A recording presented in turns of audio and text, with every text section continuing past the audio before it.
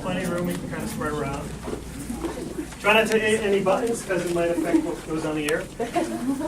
So this is our master control area. Jay is a director and also a master control operator. So he pretty much puts the product on the air. We actually have 4 stations, 5 stations. 5 right now? So we have like NBC, we have MeTV, we have OSN, Comet, and then TBD. Comet, sorry. Yeah, Comet and then TBD is a little bit of a weird kind of action network. Don't we have the tennis channel? Is that? Not through here. That might be a Sinclair Orange channel, but. So when we go live on the air, we have stack times where we have to be on the air. And then there's commercial breaks in between there. We've all seen commercials. So this is a florical stack, which Jay will actually explain a little better, where he can roll commercial breaks. We can break into live programming. We can talk to different studios. But in here is a catalog of commercial breaks. Depending on what time you want to buy commercial times, there's a different rate. Jay's in here, so he can kind of explain. Jay, you can give us like a quick. So basically, 24. You guys can kind of get closer if you want. We're just about to roll a break here, and you can see these numbers counting down and the lines moving. 24 hours a day we have stacked up, every single second of the whole entire day, what we're going to be airing on TV. And we need to have somebody here to make sure that we're playing them out of the right servers, and that all the shows are in the system and properly timed. We do everything digitally now. Most of the shows come in via satellite or internet service delivery. And Tina over there actually times out the shows to make sure that when we get them, we have the correct in points and out points so that all day we're not airing extra amounts of black. We want to maximize our potential profits by not having any time open to basically, for, I guess not for sale. We want to sell everything that we can throughout the day. So this actually gives us the ability to roll breaks, to move around. We have emergency buttons here as well. We're basically in charge of taking in every single commercial throughout the station, whether it's a promotional piece or there's money on it, and making sure that they're playing out of the right server and where they need to be at all times. We have devices that actually swap commercials and spots from server to server. They digitally move things around, and as long as we're managing it properly, then nothing should ever go wrong. But these are all just computers, and issues happen consistently. Mark, our chief engineer, was just in here doing a reboot on one of our systems that puts in the external bug that you see, kind of like a little NBC flag in the corner. These are things that every day we just kind of have to stay on top of. So there's probably about 15 different machines that are here running what's going out over the air consistently. That was actually pretty good. And then when we move to the left, where Tina is, when programming comes down, like for instance, if Ellen or some program were here that's not live, they'll feed it over through satellite, and Tina will actually trim the ins and outs. So we know a certain amount of length of what the segment time is. Is that correct, Tina? That's right. So this show that I'm doing now is called America's Heartland. It runs over the weekend, so I'm just I'm marking an endpoint, and I'll watch the segment. Just make sure that the video and audio is all there. There's no, black holes and all these times get put in, and they eventually end up over on Jay's side, and the show is put in for the weekend. The other thing that we do here is this is something that you might see. These are promos that get tagged every day.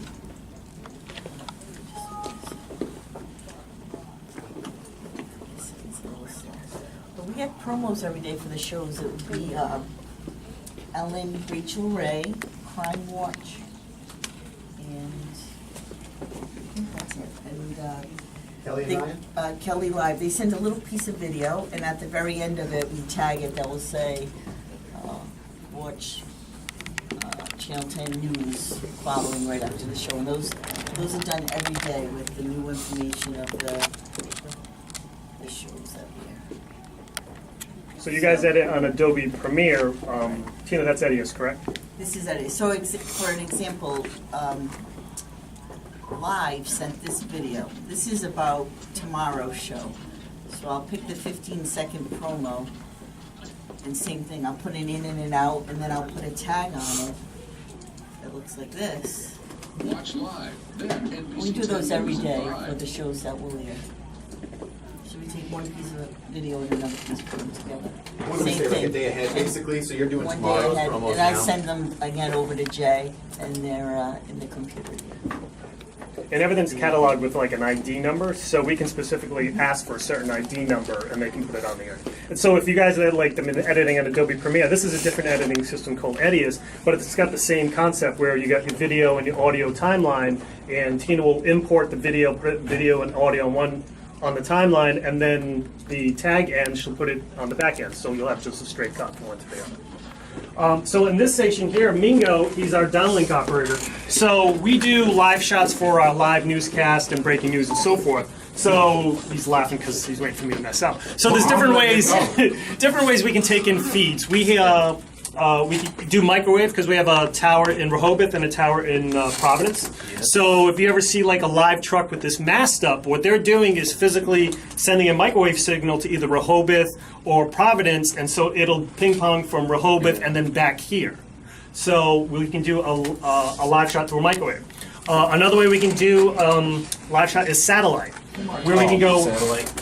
Now, microwave, it's an instant where if I talk to someone on a microwave, they can respond instantaneously. Same thing with satellite. Satellite, we can go anywhere in the world and do a satellite interview.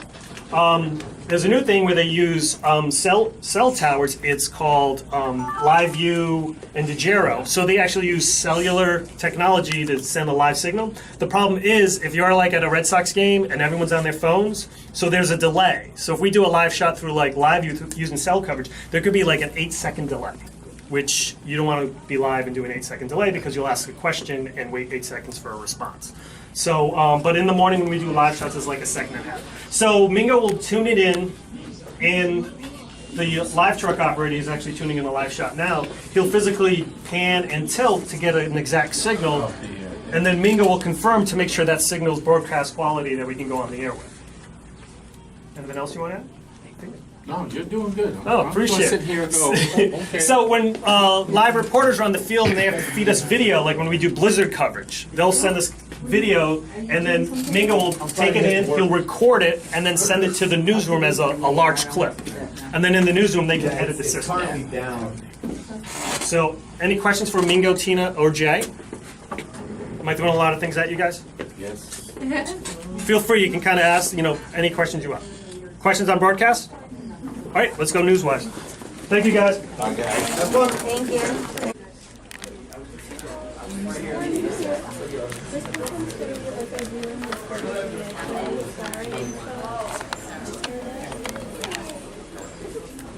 How did you get me here to sit like this? Okay. You guys just kind of come in. So Arnie is our assignment editor. Arnie's going to kind of give what he kind of does with it. I tell Wally what to do. Yeah. I handle a lot of all the local stories that come down. So if anyone has a story idea, they call, or I get an email, or various ways we get our story ideas, and then I send the reporters and photographers out to cover the stories. Make a call, set up the stories for the reporters and photographers. And I do about 17 other things, but those are the basics. So that board right there that you see, those are the stories that we're doing today. I just wrote it in. So Matt is down in the court doing a story about the Breakers Mansion. Ashley, one of our morning reporters, just flew with a stunt pilot that's in town for the air show. That's so cool. So she got to fly along, and the photographer flew along in a chase plane. So you'll see some of that at noon. And then all the other stories that we're doing for the rest of the day. We'll have a meeting in a little while. We'll determine which stories go on which shows. That's why under 5, 5:30, 6, and 7 you don't see anything right now. But if you were back here in about an hour, you'd see which stories were going which shows later. And that changes throughout the day. Some stories we may plan on doing and it may not work out for whatever reason, or a more important story may come along and we'll change the reporting for that story. So it changes all day long. We start compiling the list at 6 in the morning, and after I leave at 2 o'clock, things change after I leave. I'll get here the next day and go, oh, I didn't know we did that. So all day things evolve as news happens. So that's it. Anyone have any questions? How do you guys know Wally? Make you ask questions. Exactly. I know their teacher. So Brian's going to kind of talk to us. Candy's producing the main show, so she's kind of busy, and she gets angry when you interrupt her. So Brian produces the 5 o'clock show. So, as opposed to when he's not. friends. So hey, yeah, 5 o'clock news. Actually, once we have our meeting on that board, and I know what stories are going in 5, it's usually a mix of what's the big national stories, what's the big local stuff. Once I know what reporters I'm going to have, I kind of build them into the show, decide who's going to go first, second, where they're going to end up. I got to fill in the other stories with consumer stuff, other big national stories, smaller local stuff.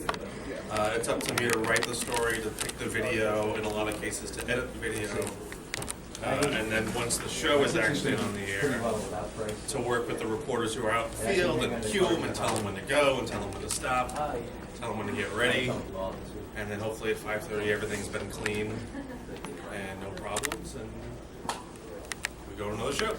So it's a lot of writing, a lot of decision making, and then, like I already said, things can change at any time, so you gotta be ready for whatever. And when things do change, like with breaking news, you're literally producing on the fly sometimes. Yeah, yeah. Brian's producing.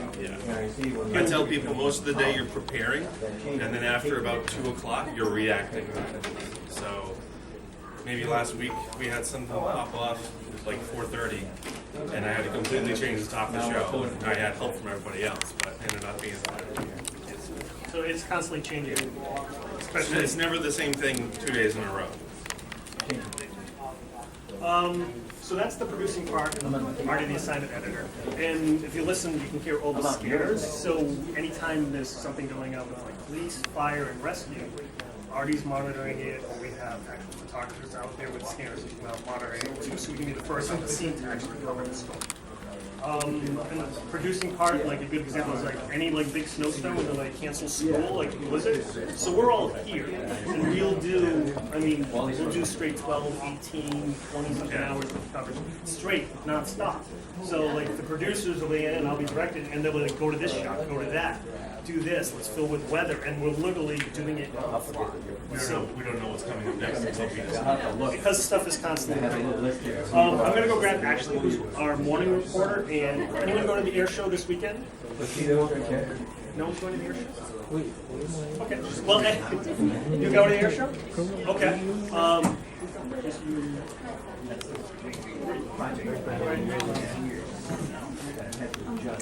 Yeah, we just sent out.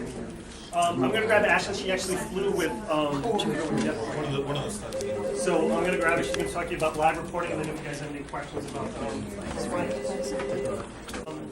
she just flew with John Platt Jack. Whole long name, basically an acrobatic pilot, and he's incredible. And I think today is a good example of people kind of having a misconception of reporting. It's crazy. So I'm dressed down and kind of disheveled right now after having, a ride of a lifetime. I'll never be able to do that again. Is that airing today? It is airing sometime 5 or 6. So we're going to see it. Really cool footage. The great thing about reporting is that my office changes every day, and some days the stories that aren't so wonderful and all that. And the next time we do something really cool like this, and it really teaches me a lot about how to interact with people, how to dig for the details, and it's different than reporting because to me, my live shot's over like that. You only have a certain amount of time to tell, so you get good at kind of figuring out when to keep in.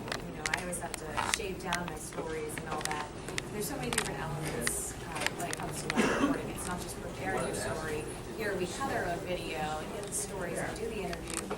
It's also, when you're live, I just have an IFB in my ear. I'm listening to Wally. I'm listening to my producers give me cues, just, staring into the camera and realizing, you're going to be confident. You're the one who worked on this story. You're the one who put it all together.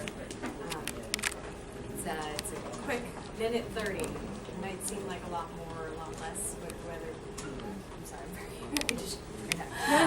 I'm really Preparation wise, like she doesn't know what her story is.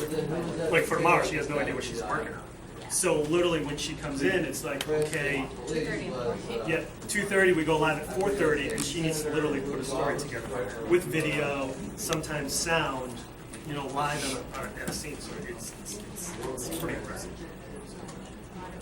A lot of different people working together to make it all happen, and a lot of craziness behind the scenes, and you guys, I'm sure, watched, and now you're able to see everything that's happening behind the scenes. Sure, yeah. Thank you. Can we see the video? Don't pass out. The trick plane was literally like 10 360s, doing backflips. It's pretty cool video. So let's go check out the studio.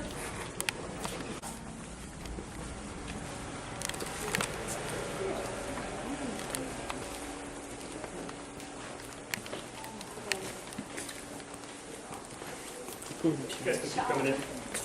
Careful with the cable. It's slippery.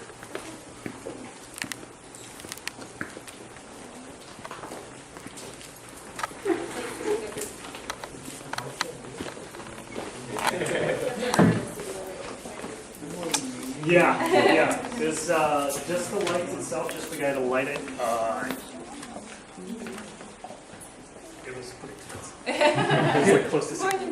So this is our new studio that debuted last year. We do 6 cameras in the studio, 5 robotic cameras that you see on the floor, and then there's 1 POV camera up top.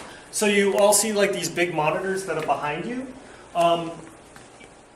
Each monitor we can feed anything into it. That monitor and this monitor, we can break up these screens into different pieces. So if I wanted like 4 different images, I could do 2 big on each side, which I'll show you once we get to the control room. So we feed any sources. If you look on the ground, there's certain like T marks. So these are spike positions that we lit for our talent.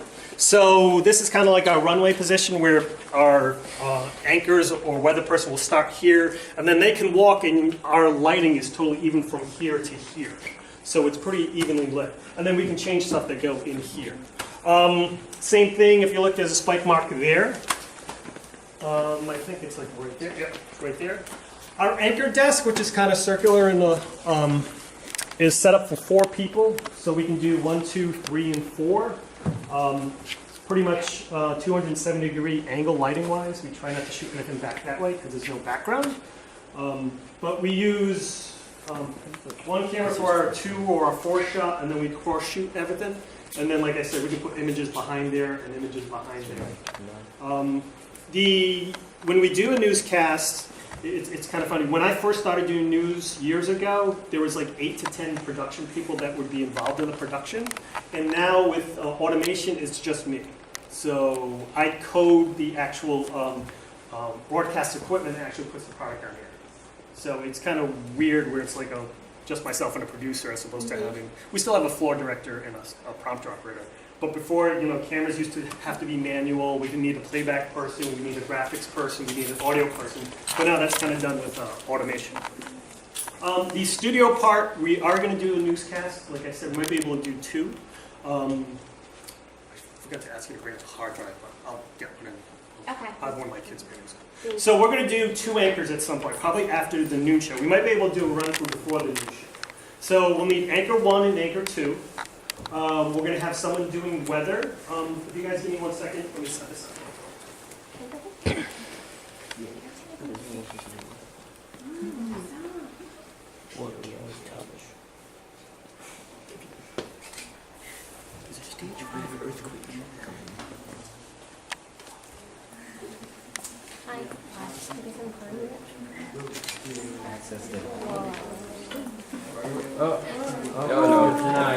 You guys going over doing like chroma key and stuff yet? What's your Very briefly, hi. Sam, we're going first. So, Sam, if you walk in front of here. Oh wow, that's So, if you look at Sam, that monitor there, it's now chroma key. So we can physically put anything behind there. The way that works is we can take any color we want, and in this case we pick this ugly green is because a lot of people will not wear this ugly green on air. Sometimes they use chroma key blue, but the problem is a lot of people wear blue, such as myself, and that will key out. So we pick a color, and then Sam can physically do it. So that's how chroma key works. We get back to our newscast, we're going to have 2 anchors. We'll roll it over, open, they'll say hello. You guys will read a couple stories. We're going to have a floor director, 1 person on, when we come out of the open, you'll be on camera 3, which is this camera. And then I'll tell you guys what camera you're going to be on 4 and 2. After you've done a couple stories, you're going to toss to a reporter. The reporter is going to be standing here at this mark here. You guys thought you were just coming here to have fun, huh? So you'll do a stand up here. You'll toss back to the anchors. Anchors will toss to weather. Someone will do like a minute worth of weather. Once Kelly's done for a second, I'll grab our meteorologist. She can talk to you guys. Then we'll need one person to do sports. Sports is going to be over there at that band position. And then we'll all say goodbye. And it should last about 6 minutes and 36 seconds. Any questions? That's very specific. Well, you mentioned the specific. It's like we have an on-air and an off time. So there's certain times like we'll do live cut-ins during the Today Show. So we have to do a cut-in that's 1 minute and 16 seconds long.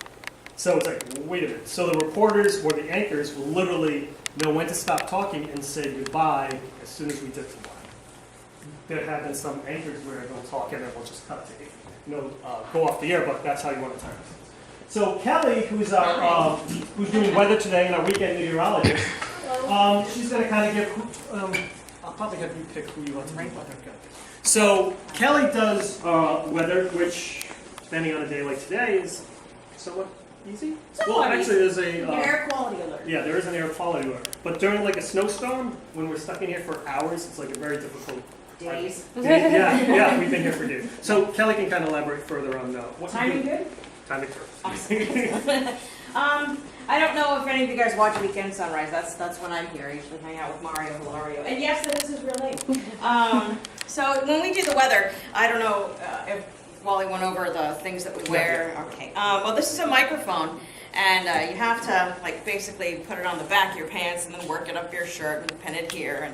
And oh, that needs to get changed.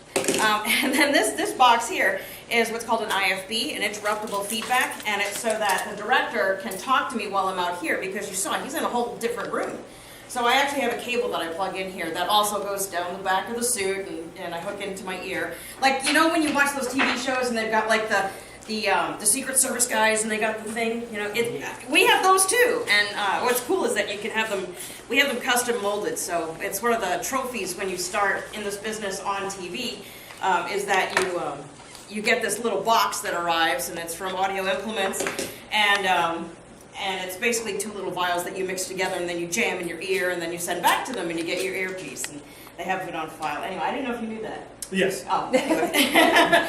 So with all this stuff all hooked up, well, one of the, I heard you talked about the wall. Yeah. The wall's fun. No one's wearing green today. Aww. We usually have this cool experiment, but, I wonder if they painted, there was a board. Remember the blue board? I thought they painted it green, but anyway. So this is where I work. I'm the shortest member of the weather team, so the camera's actually set for Zach right now. You'll notice there's a big amount of headroom up here. But when I'm on, they tilt it down, and I stand on the boxes that you see littered around the studio, because I'm short. But the thing is that we all have to hit the screen at the same height, so they'll tilt it down for the news so that I'm not so short. But this is the clicker, the legendary clicker. We used to actually use garage door openers that were tuned to the same frequency as the thing to advance. Little Genie garage door opener. Am I dating myself? Because that was way a long time ago. But anyway, so we have an actual clicker now. And the new fancy clicker lets you go backward and forward and jump ahead in graphics and stuff like that. But basically, it's just learning where to point. And that just comes with practice. So this is our air quality alert. I built this for the noon today, and it shows the areas that have the air quality alert. But what's cool is everyone says, how do you know where to point? I'm going to just skip by this because we need something with geography on it. There we go.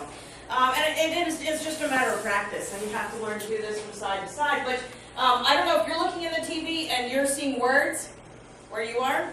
When I look in the TV, I'm seeing me. So it's switched differently for me than it is for the people who read the news while he's fixing it. Thank you. So I don't know if anyone wants to come over here and see, because you guys can all have the chance to do this too. But they flip it so that I don't have a script. What I work with is just the graphics that I made. So you have to kind of know what you're talking about in order to do this effectively. See? So it's basically what's on the monitor below the camera. That's what we've got straight ahead. See? So what it's like is, I don't know how your bathroom is set up, but if you're looking in the mirror in your bathroom, ooh, sorry.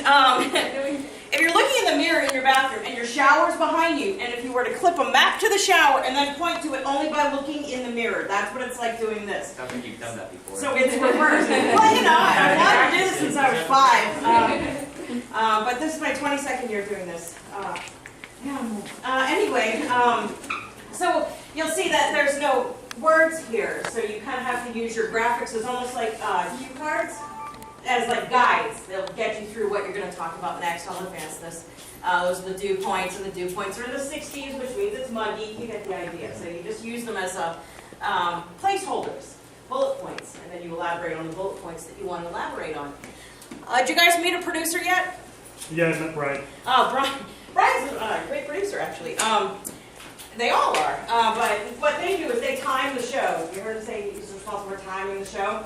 I'm given a set amount of time, and as I'm talking, the producer's talking in my earpiece telling me how much time I have left.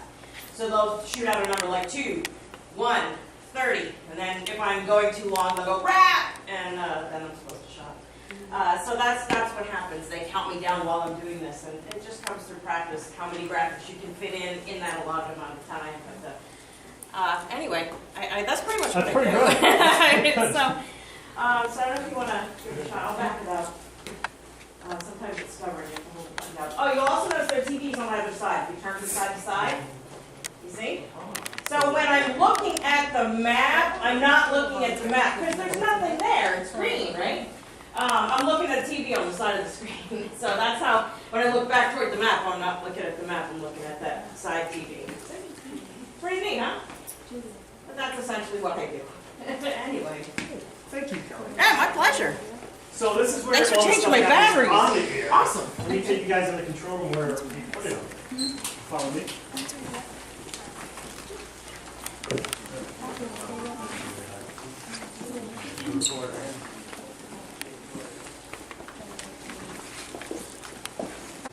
So, you guys have a switcher at the station, correct? Yes. Well, this is actually not advanced at all. It's very, yeah, it's very small. Like when I do a Patriots game, my switchers from like here to here. Fair enough. So we code the show now as opposed to physically punching the button and having like a director, technical director, and audio operator. So everything is automated. So I can manually punch in cameras, and I can now, it'll physically move the camera if I want it to move the camera. Let's see.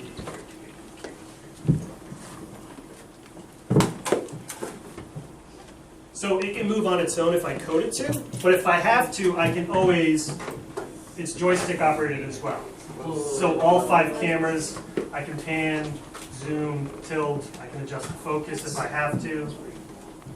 So it's all set up through here. Or I can code it either way. So sometimes our anchors will move, and even though it's coded for a certain camera shot, if you guys look, we have like tons of shots, sometimes they'll move and you'll need to tweak the shot. So once it gets into its set position, as you can see it's moving, I can always audible it and just kind of tweak it as I go. So this is like the robotic station. So once I put in the coding, if you guys look, there's a bunch of like, it's almost like a timeline when you guys edit. So within this timeline, it's different coding that I have set up. So this is our show open, which will come out to camera 3, and you'll see camera 3 moving. And what it's telling, it's like, all right, come out to camera 3, do a move, and then if you look back there, the audio board, it brought up microphone 1 and 2. I can also from here bring up whatever microphones I want. So I can do it that way as well. So sometimes if someone forgets the coding, we can have custom controls that will adjust the coding as well.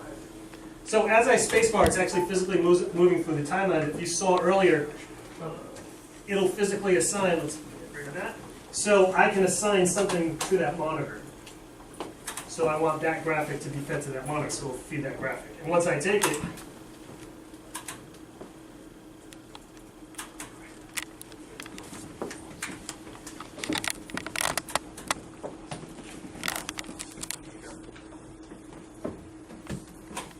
so we have preview and program. So preview, it's not on air yet, but once I put it on program, it's made it on air, so that's what we're broadcasting. So as I spacebar through the timeline, it's going to queue up video. So it's queuing up video. put graphics in from here if I have to. It'll track sound. He has a superb reputation as director of the FBI. I think he's well thought of by people on both sides of the aisle. We have to take the politics as best we can. So the director will sit here and he'll code the show first, and then he'll use the keyboard to put his product on here. So audio, robotic controls, director here, switcher there, kind of same of the stuff you guys have in your studio. The producer will sit there. Producer will time the show. Like I said, everything in news, it comes down to timing, because if you have to fill 22 minutes worth of content, you don't want 23 minutes worth of product, because you're going to get cut off the air. So the producer will kill and float stories.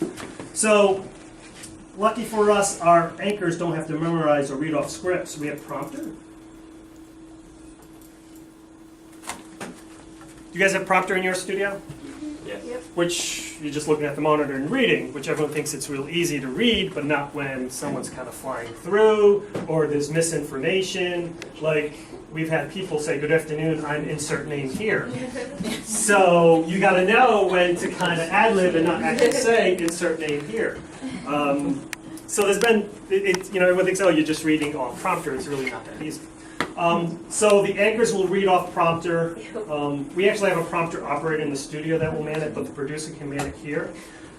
If you guys notice, there's these little RTS boxes here. There's one there, and there's some on the back bench. So this is how we communicate to, through, Kelly mentioned the IFB piece. So any anchors or reporters that have an IFB piece, we can talk to them. Any live reporters in the field, we can talk to them. We can talk to point to point where I can talk to the person on the back bench, talk to the guys in downlink, the guys in master control. So there's an RTS system pretty much throughout all the buildings. So we can physically talk to one another. So if I'm in here where, I've done during blizzard coverage, I've done 12, 13 hours straight, and literally talking to people either, in Connecticut and talk to people right down the hall as well. It was like, hey, where's this video? And they can directly communicate to me. If you notice news, it's communication, and communication is pretty important. So that's how we can communicate point to point. There's different routers throughout the building. You guys probably noticed in downlink as well. So these like shiny green buttons. We have 6 routers. What this means is I can physically assign anything to these routers. So say this monitor dies and I can't see camera 1, I can physically assign camera 1 to any of these sources. Or when we have satellites, when we have live shots, if we just wanted like random cable boxes, we can feed it in here as well. So we can take any source that's accessible in the building and feed it in these monitors as a router. And you notice that we have the same florical stack as the guys in master control. So this way I know what time we're coming back from commercial break. If I see we have 2 minutes and 30 seconds, then I can talk to the anchors, I can talk to the reporters. I can set something up and kind of look at the time and know, okay, I'll be back live in X, Y, Z kind of time. Any questions in regards to this room? Oh, you guys are just like, know all this stuff. There's a quiz, right? Oh. No? All right, so behind that door there, who's got the best voice here? Not me. Not singing-wise, not singing-wise. Seamus. Shayna? Seamus. Shayma? Seamus, follow me. So, you guys all edit on Adobe Premiere, right? So, how do you guys get your audio on? Do you guys have like a track booth as well? Or do you just record it right onto the microphones? Right into microphones. Notice sometimes it's either tinny or hollow? Yeah. Because you don't know where you're tracking it because you could be either outside. Best place to actually track it, believe it or not, is either in a closet or inside a bathtub. Yeah, because it's the thing with audio is like, what are you bouncing your audio off of? So if I'm here in this space, I'm bouncing audio and it's just flying throughout the room. So Seamus is going to come in here and he's going to track something for us. So we'll close the door for a second. I like how you vote for Seamus. I know. Boy. Why does Seamus have the best voice? He doesn't know just I just said Seamus.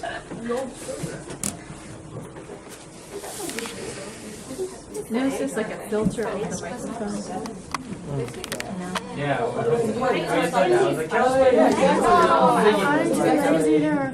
My immediate reaction was not really saying. Holly, this is your big break. I know, I never sang one of those before. So we'll take like a couple students at a time into this room. So Seamus, real quick. So did you notice when your voice kind of peaked and went high? So this is like what the audio sound like. So the red part here, we'll listen to when we go in, you were actually peaking audio-wise. Okay. So, but this kind of muffles it a little bit. So this is what Seamus just tracked for us. So here's what his track is, and you notice the red pieces here. So he's actually, it's called overmodulated, where his levels peak so high is when you hear, when we take a listen to it, you're going to actually hear it kind of peak. So I'm going to export this. How do you guys like export files and so forth? Do you have like a, Ms. Peckham, do you guys have like a hard drive that you can access all files? Wait, no, we talked about that. We're not there yet. So, which you guys hopefully will be there. So we can, so we can access and retrieve from any edit booth for any desktop computer. We can access and retrieve, except for these desktop computers. We can access and retrieve any files that comes in through downlink, any archive video, or Seamus's video that we just tracked. So I'm just going to export it. We'll go into an edit booth and see what we can kind of retrieve. No, I didn't want to say. I'm with So you know how we have the drops files onto the hard drive and then log out and then log in Okay. The Celtics got crushed yesterday. They're probably going to get blown out in the next game. Probably going to lose 4-0 in the series. Notice how it doesn't sound tinny or doesn't sound hollow? It's because it's actually bouncing off those foam retardants. So here's a timeline that they created. Looks like it's something with sunscreen. So we wanted to put Seamus's audio. Oh, that's funny. Which is going to sound weird over sunscreen. Mark in, you mark your out, and all we're going to do is just an audio edit. So let's put it here. And just override it. Okay, alright, let's go here.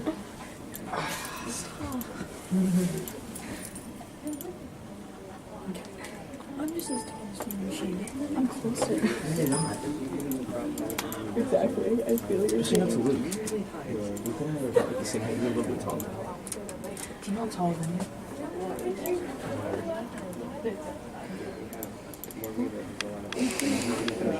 Everything.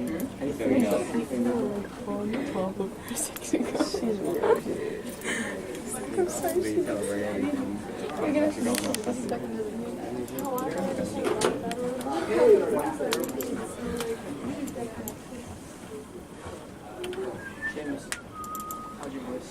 It's terrible. Don't lie. It's so good, guys. It's gonna go on. Kelly, why didn't you sing into it? So you go, Seamus. Kelly wanted to sing in the booth. No, I didn't. I feel like Kelly should sing. No, I don't. The Celtics got crushed yesterday. They're probably going to get blown out in the next game. Probably going to lose 4-0 in the series, and the Cavs are probably going to repeat. Okay. So it's the same way you guys edit at your school with Adobe Premiere. So you have your video and your audio. So the way when we edit packages is we'll put Seamus's track down, and then if he's talking something about LeBron James, then we want to see LeBron James. So you want your video to match what your audio is. So a little tip: if you're editing, audio first, and then add your video, because this way you'll tell a better story. Because if you're talking about Avery Bradley and we're seeing LeBron James, it makes no sense, right? It kind of contradicts the story. So same thing. What you guys are learning now with Adobe Premiere is what we're using in the real world. So it's a good tip to know. Those who want to pursue it, learn Adobe. Even though we're using Avid system, but it's the same technology. Import your video and audio, and you have your separate channels. Thank you for turning to 10. This is Southern New England's news leader. President Trump on another Twitter tirade, calling the appointment of a special prosecutor a, quote, witch hunt. A deadly rollover crash in Plymouth last night, and a groundbreaking of sorts at the Breakers today in Newport. But you're about to see, not everybody's so happy about it. Good afternoon. I'm Allison Bologna in for Frank Coletta. Today, President Trump is taking to Twitter to lash out against the appointment of a special counsel to investigate Russia's possible ties to the Trump campaign. In the meantime, though, both Republicans and Democrats alike are voicing their support for the man chosen to head up the investigation. NBC's Jennifer Johnson has our story now from Capitol Hill. An angry President Trump is lashing out on Twitter today after the appointment of former FBI Director Robert Mueller as special counsel to look into possible collusion between Trump's campaign and the Russians. The president says this is the single greatest witch hunt of a politician in American history. But lawmakers are welcoming Mueller, who served under both Presidents Bush and Obama. I think we can now move forward, and I feel good about it. Deputy Attorney General Rod Rosenstein made the decision late yesterday to appoint Mueller. What I like about the selection of Director Mueller is he used to run that organization, so he will get a running start. But today, new questions about fired National Security Advisor Michael Flynn.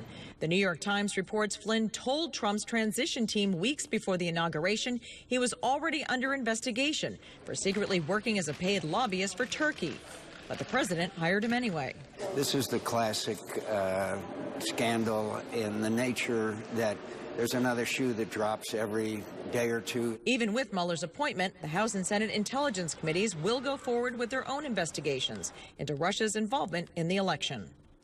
This afternoon, the full Senate will hear from Deputy Attorney General Rod Rosenstein about what he knows, but that meeting is behind closed doors. Jennifer Johnson, NBC News, Washington. In other news, this broke around 7:30 or 8 o'clock this morning. Former Fox News chief Roger Ailes has died. Roger Ailes started Fox News Channel pretty much from scratch back in 1996 and turned it into a ratings powerhouse. But he resigned from the network last July amidst several sexual harassment allegations against him. His wife issued a statement this morning saying she was, quote, profoundly sad and heartbroken on her husband's passing. Ailes was 77 years old. In other news, back here at home, 2 women were killed in a crash in Plymouth last night. It happened around 10:30 in the evening along Route 44. State police say the driver lost control of the Jeep Wrangler he was in. It went across the grass median and then rolled over on the other side of the road. A 20-year-old woman from Sagamore Beach and a 26-year-old woman from Kingston were both killed. And this, 4 firefighters were hurt fighting a neighborhood fire in Waterbury, Connecticut last night. 4 multifamily homes were destroyed during this, displacing as many as 20 families. It appears that everyone managed to get out safely. Fire crews had difficulty battling the blaze because of problems with water. No word yet on what caused the fire in the first place. 4 days after he disappeared, there's still no sign of the missing college student from Franklin, Massachusetts. 20-year-old Michael Doherty vanished after he left a party early Sunday morning heading home. Police are still searching the marshy area in this section using canines, but the terrain is pretty difficult to access. Search crews have found his shirt so far and one of his shoes. And a routine traffic stop turned into a major drug bust in West Greenwich this morning. Take a look at this. State police stopped a vehicle on Route 95 early this morning and found more than 1,000 oxycodone pills with a street value of about $30,000. 34-year-old Eston Tavares of Boston was arrested on charges of drug possession with intent to deliver. Guess what? At 12:03, we have yet another air quality alert today in southern New England, thanks to the heat and the humidity. Storm Team 10 meteorologist Kelly Bates is here in the studio with me with more on this. It's sticky. Oh yeah, no question about it. It's also due to a combination of high levels of ground level ozone. And what an air quality alert is, it's issued when poor air quality could lead to respiratory distress for those who are sensitive to unhealthful levels of pollution in the air. And that's what we have. And we're expecting to keep it today through 11 p.m. And that's one of our longer times that we would see the air quality alert be in effect for. And a lot of that has to do with the fact that our temperature is already in the 90s in many areas of southern New England. So the air quality alert, by the way, is expected to expire as we go to tomorrow. So it's just a today only deal. And the weekend ahead is actually going to be below average temperature wise. And I'll have more on that in greater detail in just a few minutes. Allison? All right, Kelly, thanks. For Storm Team 10 updates anytime, download the NBC 10 weather app for Apple and Android devices. After years of legal battles, a groundbreaking ceremony was held just a couple of hours ago for a pretty controversial welcome center in Newport at the Breakers Mansion. NBC 10's Matt Reed joins us live in Newport with the very latest. It's been a long time coming, huh, Matt? Now, the construction of that welcome center here at the Breakers has been held up for 4 years. But after 5 separate legal challenges, the Breakers is finally getting a welcome center. It's a day many have been waiting years for, while others have been dreading. A groundbreaking ceremony on the property of the Breakers for a welcoming center that will greet the mansion's 450,000 guests that stroll through the front gate each year. Going to be the most spectacular welcome center anywhere in the country. Trudy Cox, the executive director of the Preservation Society of Newport County, says the $5.4 million, 365-square-foot building will offer food, relaxation, and much-needed restrooms. But others see today's ceremony as an act of vandalism, not preservation. The Friends of Newport Preservation has argued for years that the Welcome Center should not be located on the grounds of the 122-year-old mansion, but instead should be located across the street from the Breakers in the parking lot. However, after years of legal battles, the courts ruled that the Welcome Center can be located on the Breakers' property, but will be hidden behind trees and bushes. It will be adjacent to the gatekeeper's cottage. It will be screened by plantings and paths, and it will operate virtually unseen. The center will open in 1 year and will provide amenities that supporters say the Breakers desperately need to stay relevant. However, they add that today's announcement will not mean weddings will start happening here at the mansion. Our commitment to the city when we got started was that this Welcome Center would be never used for weddings. It's actually quite small. It will be closed at the end of the day. Now, the Friends of Newport Preservation, who are against the Welcome Center on the grounds of the Breakers, filed public record requests with the city of Newport, the state of Rhode Island, and the National Park Services. They posted those files on their Facebook page. They say so the public can know how exactly the deal was done to bring that Welcome Center here onto the ground of the Breakers. Reporting live in Newport, Matt Reed, NBC 10 News. All right, Matt, thank you. The Rhode Island National Air Show kicks off tomorrow. And this morning, NBC 10 reporter Ashley Cullinane, right after the Sunrise Show, got the ride of her life with one of the performers. Ashley joined pilot John Klatt in the Extra 300 aerobatic aircraft. They did full 360s, twisting and turning all around. Later tonight, you're going to get a view from the cockpit and learn more about how this incredible aircraft really works. It's brave. All right, visit turnto10.com for everything you need to know about the 2017 Rhode Island National Guard Air Show, including where to park, information about taking the train. All you need to do is click Air Show under the station tab.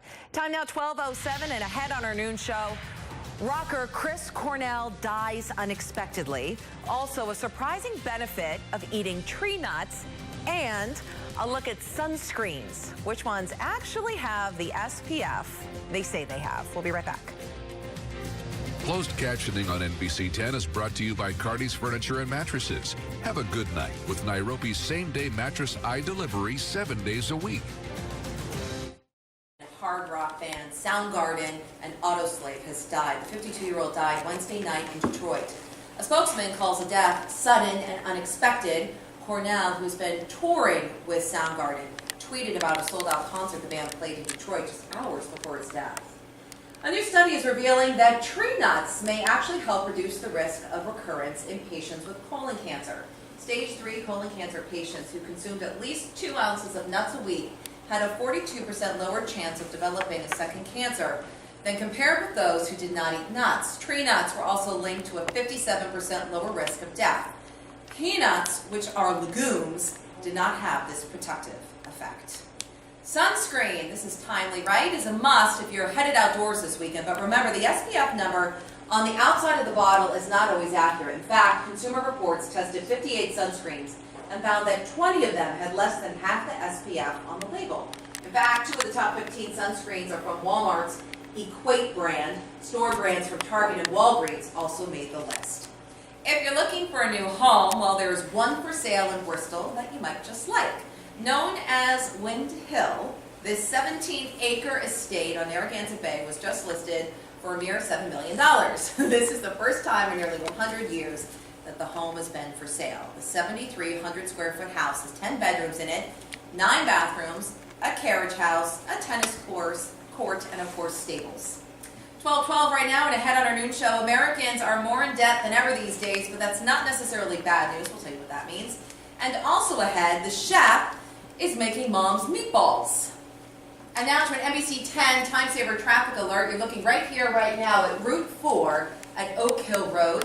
You can see traffic is kind of building as folks are headed in and out of the beach areas. So you want to pay attention to that if you're headed on the roads in a little bit. But so far, accident-free in that area. Storm Team 10 reports are brought to you by Tarbox So we have Toyota 4 Hyundai, blocks. where you are in the driver's seat. So we do traffic. I order SVU at 8 o'clock, the Blacklist at 9, and again at 10 o'clock too. Then join NBC 10 News, the night team, at 11 o'clock. All right, now it's time to see what the chef is making in today's Cooking with Class. I don't mind it. It's honestly it's the black top. It's really hot. It makes it so hot. So you wilt after 9 hours of standing. Yeah, But it's really awesome in the morning to watch the sun come up there, and it's actually really cool. Yeah. Yes. So we're gonna start off with some ground beef. So finish this, and then we go to wet. Graduating student Haley Nippy These are her mama's meatballs. Now that's cooking with class. Mama's Meatballs. All right, you can find all the chef's recipes on turnto10.com right underneath the features tab. My grandmother made good meatballs because she's Italian. Oh, so that was her thing. Meatballs and gravy, right? That's the way to go. Yeah. Totally. Hey, Kelly. Oh, hello, Allison. Hi. We can say hello. Look at all these people here. If you're wondering where the guy is who's not at his desk today, he's here. This is the People's Credit Union Skycam Network camera located at the Coast Guard House Restaurant in Narragansett. We're looking back toward the pavilion at Narragansett Town Beach. We even have some surfers in the water, and the beach is full. In fact, this is what a summer's day looks like when we take this shot at noontime. But yeah, folks are already at the beach. And why not? It's definitely warm enough. We do also have some business to take care of. We do have that air quality alert. Wanted to mention it once again. It is through 11 o'clock tonight. And here we are expecting unhealthful levels of ground level ozone. And that will be in place again as we go to 11 tonight. It means if you suffer from any respiratory ailments, it may be tough going for you outside. So you are advised that if you do feel uncomfortable outside, to seek some air conditioned comfort. That's how you could find relief today. The heat is on, no question about it. And we do have a good chance of making a run at the record high for today. The record high, 92 degrees from 1936. Providence temperature last check-in was at 91, so we're real close. And we're still going to warm for about another hour or two. We do have cooler temperatures along the coast, and we also have gusty breezes that are in place. And at times, we're bringing those winds up to 30 miles per hour. We do have a cooler Friday in store. We have a cold front coming through. It'll bring some clouds as well as a chance of showers. It'll also bring temperatures down into the 80s. And then the cool air behind that cool front works in just as we go into the weekend. And both Saturday and Sunday are looking at highs in the 60s. 92 degrees in Providence. We just tied the record high. It's nice when this happens just when we're broadcasting to you. So yeah, we have tied the record high for today with that 92.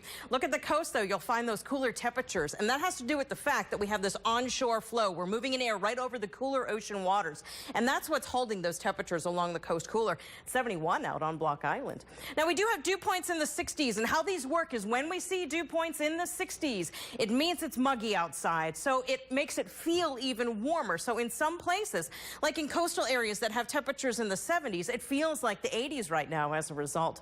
We do again have those winds that are moving in, and we have been tracking occasional higher gusts, although at this particular check-in, our gustiest gust is on Block Island at 24 miles per hour. So we still have high pressure in charge. That's what's giving us all this sunshine. We've got a warm front up to our north.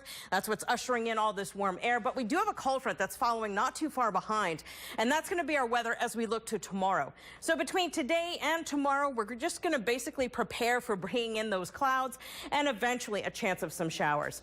By the time we get to this evening, temperatures are still going to be very warm in the 80s. Then we're going to see temperatures drop off as we go towards tomorrow. We're likely going to start tomorrow with temperatures near 70.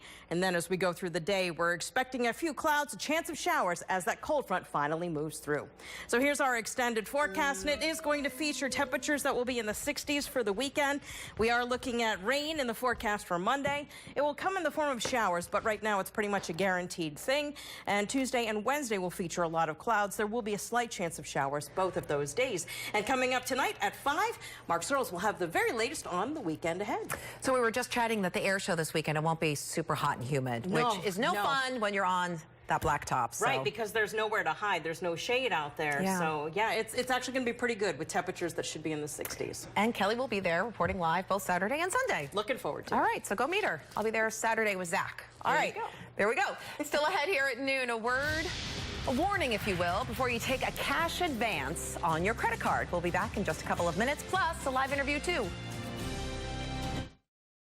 Money Watchers report right now. I am joined by Scott Jensen, the Director of the Department of Labor and Training, to talk a little bit about numbers. Hi, Scott. Good afternoon. Thanks for being with us. And I think we're going to also pull up a full screen in a few minutes about some of the unemployment rates. But let's start with this first. We saw a little bit of a dip between March and April, about 200 fewer jobs. Where did we lose them and how come? Well, you know, those jobs are found by a pretty extensive survey. So 200 is statistically not that big a deal. We're looking for trends. So right now we have a steadily gaining job market, and that's really a good thing. Can you tell us a little bit about the trends that you saw that you compiled off of those surveys? What sort of things do you look for? Well, we're looking for big dips and consistent dips. Okay. So right now, this job number, we're very smooth. We're cautiously optimistic. Okay. Manufacturing, you're seeing a bit of a boost there. That's pretty big with Governor Gina Raimondo. She wants to bring manufacturing back to Rhode Island. You're seeing a boost there. How come? What do you think's happening? I think we're really competitive in that arena, which is why you're seeing the government focus on it so much. So that boost is a good thing, and we're going to keep, the governor did an executive order gathering all the manufacturers together in order to find out what they really need from the government so we can help them in any way we can. All right. And we're going to keep focusing on that. All right, that's good news. We also heard today that Vista Printing is coming to Rhode Island. We don't have a specific area yet where they're moving to, but why is this good for the state? They're pretty nationally known, is my understanding. Well, two reasons. The obvious one is over 100 Rhode Islanders are going to get jobs, and my agency is the one who's going to be out looking for folks. So it'll be a good fit for them. The second thing is that it's momentum. Momentum. So it's really good every month. They're a new company. So for folks who are interested in that particular job, they should contact DLT. Contact DLT. Okay, so we're going to keep those jobs in Rhode Island is the goal. Oh, absolutely. Okay. And tell us a little bit about the trends of the last 8 to 9 years. We saw a real decline, but we're starting to see, what, in the last year of the last 8 to 9, a big pickup? Well, there's been a steady pickup, and we have surpassed, we got back all the private sector jobs that we lost during the recession. We're still a little bit slow on government jobs. Okay. And some people think that that's not such a bad idea. But, yeah, exactly. But we really are doing well when it comes to the private sector. And that's what leads and drives the economy, so we're excited. All right, well, terrific. Thanks for coming in all the way Pleasure. from across the street. Yeah. Rhode Island, that's the benefit of it, and we're also close. We want to also let you know that we do have numbers on the unemployment rate. We'll post those on turnto10.com in addition to what you just saw on your screen. All right, get this. New government data is showing that household debt has topped the record level set in 2008. That's actually, believe it or not, good news because it's about the economic recovery and it shows Americans are now starting to borrow again. And a new survey is finding that credit card cash actually advances, that you use machine, are a pretty costly way to borrow money. Creditcards.com found that the average rate for a cash advance is 23.68%. Most cash advances also come with an upfront fee too, and they're not eligible for rewards. Coming up later in our newscast on NBC 10 here later throughout the day at 5 o'clock, eye exam surprise, potentially life-saving discoveries your eye doctor could make with the help of a simple exam. That's coming up with Barbara Moore Silva. Then at 5:30 in Health Check, lupus support, the efforts to help those suffering from this terrible disease here in the Ocean State of Rhode Island. And then at 6 o'clock, an NBC 10 Consumer Alert, advice for local high school seniors about how to pay for college. And you'll find breaking news, of course, anytime on turnto10.com and on our Facebook pages and Twitter pages as well. That's NBC 10 News at noon. Thanks so much for joining us. Our coverage picks up now on turnto10.com. We'll see you next on NBC 10 News at 5 o'clock. Have a terrific Thursday. Thank you. Yeah, thanks for coming in. 44 police are trying to figure out if the victims were wearing seatbelts at the time. Their names have not been publicly released yet. And ground was broken for the new Welcome Center at the Breakers Mansion in Newport. Today, opponents had tried to stop the project. More news later.